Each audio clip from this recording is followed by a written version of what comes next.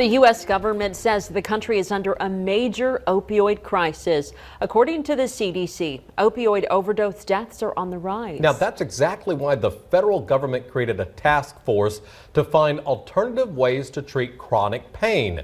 News 3's Whitney Miller sat down with an A&M professor who was the only psychologist on the committee. You've heard it before, and you'll definitely hear it again. The U.S. government is fighting a nationwide opioid crisis, using more pills per person than any other country in the world. Last month, several doctors in Southern California were arrested and accused by federal prosecutors of fueling the epidemic. A stern message to corrupt doctors who seek to profit from spreading addiction.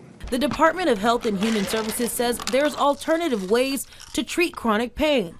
Last year, they created a task force of individuals in the medical field and beyond to explore those alternatives and to identify gaps currently in pain management practices. To reduce the number of individuals who become addicted to opiates. A Texas A&M professor was on the committee and served as the only psychologist. She says doctors should take a psychological approach first before leaning on prescription drugs. Pain is modulated by your emotional state, your expectations, and if you intervene early, for example, during the preoperative period, you can reduce post-surgical pain and opiate use. She recommends treatments like cognitive behavioral therapy and says even meditation and yoga are proven to help reduce pain. Because you can change people's expectations, give them better coping skills, and dramatically influence their pain. She also believes both doctors and psychologists need more education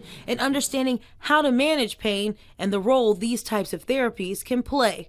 In College Station, Whitney Miller, News 3. It took the group less than a year to create their draft report. It is now in a 90-day public comment phase. And we'll link that report to this story online at kbtx.com.